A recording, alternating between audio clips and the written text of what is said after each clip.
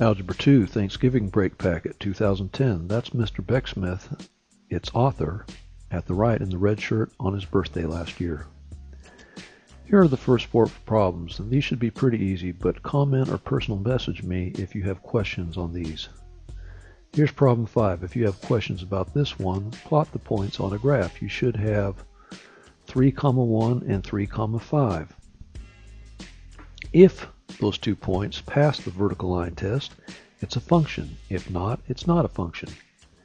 Here's problem 6. If you don't understand this instantly, plot the points as you did on problem 5 and apply the vertical line test. Here's problem 7. On this one, since it's a graph, you can apply the vertical line test directly without having to plot anything. It's already done for you. As you move, in this case, the pencil over the graph, does the pencil touch the graph more than once?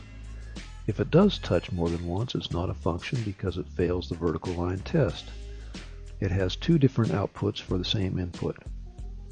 Problem 8. Find each value if f of x equals negative 2x plus 4. This should be pretty easy. Just plug in the number or letter for x and simplify. In this case, 0 is substituted for x. Since anything times 0 is 0, all we're left with is 4. And for this one, f of a, we substitute x with a, so it becomes negative 2a plus 4. And since we cannot simplify any further, that's our answer, negative 2a plus 4. Here's problem 9, and it asks for many things. It looks a whole lot like that test I gave you earlier this year that many of you hated. For this one, the first one, the axis of symmetry, use the equation for the axis of symmetry, x equals negative b over 2a. Remember that a is the coefficient of x squared and that b is the coefficient of x. And when you have the axis of symmetry, plug that value in for x into the original equation. So you'll have the vertex, an x value and a y value. For a maximum or a minimum, that's determined by whether the parabola opens up or down. If it opens upward, it's a minimum, and if it opens downward, it's a maximum. And for factored form, you're looking for the expression to be written in the form a times quantity x minus p times quantity x minus q. So here's what we have to start with, x squared minus 8x plus 7. We draw up our box. We place the x squared in the upper left corner of the box and 7 in the lower right corner. We need to find the numbers, the factors of 7, that when added together equal negative 8. Since negative 1 times negative 7 equals 7, and when added together they equal negative 8, we know that the factors are quantity x minus 7 and quantity x minus 1. So with that information, you should be able to write the equation in factored form, and I'll leave that to you. And for vertex form, we need to take that coefficient of x, which is negative 8, and divide it by 2 to equal negative 4. The next step is to take negative 4 squared, and that equals 16. And to make 7 become 16, what do we have to do? We have to add 9, so we place plus 9 and minus 9 at the end of the equation to balance it. We next combine the 7 and the 9 to give us x squared minus 8x plus 16. Then we write the first 3 terms as the perfect square quantity x minus 4 squared. So here's our equation in vertex form, f of x equals quantity x minus 4 squared minus 9. The thing that's great about the vertex form is that it makes it very easy to find the vertex at 4, negative 9. And with the vertex, you should be able to graph and answer the x-intercepts and sketch all the things asked for, like the axis of symmetry and the x and y-intercepts. Here's problem number 10. Write each of the following in factor form. He meant to say factored form. On this first one, we set it up like this with parentheses. The factors of x squared are easy, x and x. Next, we need to find factors that when multiplied together equal negative 30, and when added together equal negative 13. Here's a list of factors of negative 30. Then we add these factors together, and here is that list right next to the list of factors. We see the coefficient of x is negative 13 up here. And since that appears here with the fourth set of factors down, we know that the factors are quantity x minus 15 and quantity x plus 2. So that's our answer. For the next one, we set up the equations with parentheses like before. Next, we make a list of factors of 81, and since we have 18x and everything's positive, we need only include the positive factors, so we have just 3 sets of them. 1 and 81, 3 and 27, and 9 and 9. Then we list the sums of factors right next to them, and we see the coefficient of x is 18, and we find 18 here at the bottom. So we have the factors of quantity x plus 9 times quantity x plus 9, which can be further rewritten as quantity x plus 9 squared. For this one, f of x equals x squared minus 49. We set it up below as we did before. Now we list the factors of negative 49, a pretty short list. Then we list the sums next to the factors. Since there are no x terms, it matches here, the sum of 0.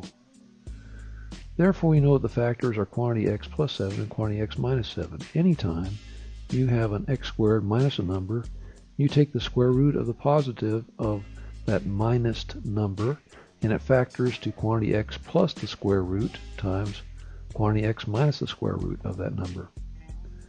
These types of factors are called differences of squares. Very helpful tool in algebra.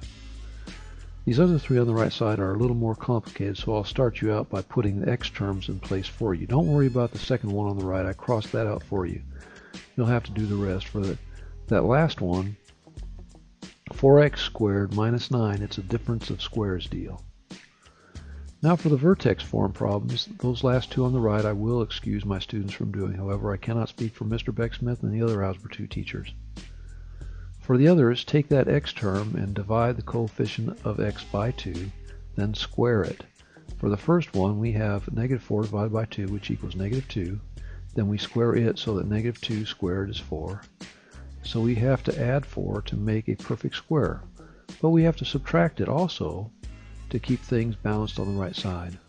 So our vertex form is y equals quantity x minus 2 squared minus 4. For the second one, you'll have to take negative 13 and divide it by 2, which gives you negative 6.5. You can still complete the square, but it won't be a nice clean integer answer as before. Good luck on these others, and comment or personal message me if you need help. For this one, find the solutions to the quadratic equation x squared minus 12x minus 6 equals 0. I'll give you a hint.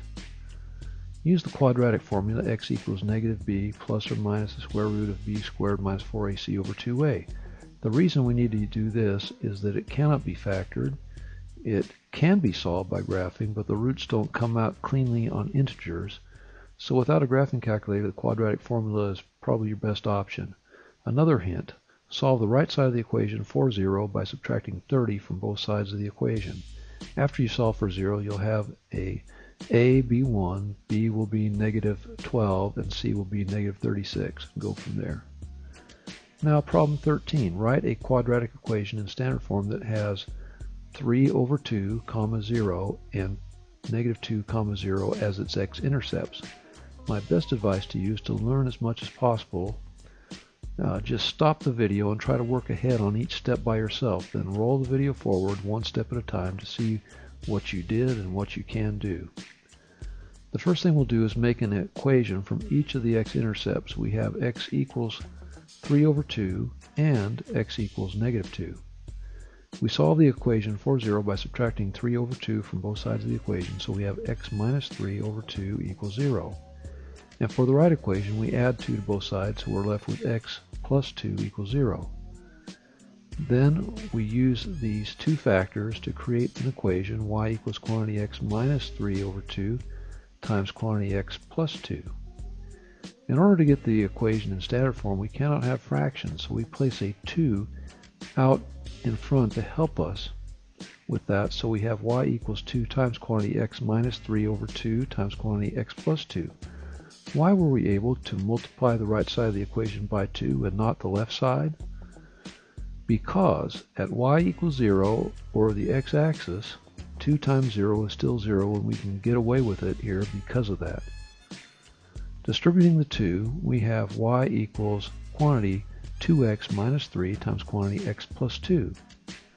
To convert to standard form, we'll use the box method. We have 2x minus 3 on the top and x plus 2 on the left side.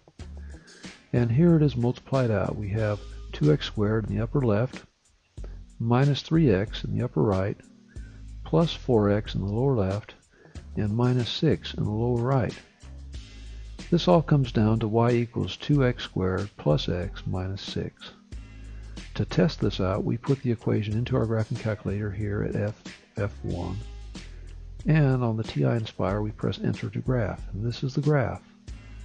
And along the x-axis we see the x-intercepts at -2 and positive 1.5 or 3/2, just what we were looking for. And finally, problem 14 is simplifying all the following radicals. I'll try to do the first three here to show you, then you can take it from there. The square root of 28 can be rewritten as the square root of 4 times 7, since 4 times 7 equals 28. Now this number 4 is a perfect square of 2 times 2. So we can take it, that 2 times 2, outside the radical, so we're left with 2 times the square root of 7. And that's as simple as we can get it. For the next one, 68 factors out to 4 times 17. I'll leave that to the viewer to make that final step, just like we did in that first problem. For the square root of 75, it factors out to the square root of 25 times 3. What can we do with the 25? It's a perfect square, 5 times 5. So we can bring it outside as 5, and then times the square root of 3. I invite you to do the rest by yourself. I hope you were able to get someplace with this presentation. This has been Algebra 2 Thanksgiving Break Packet 2010. Thanks for viewing.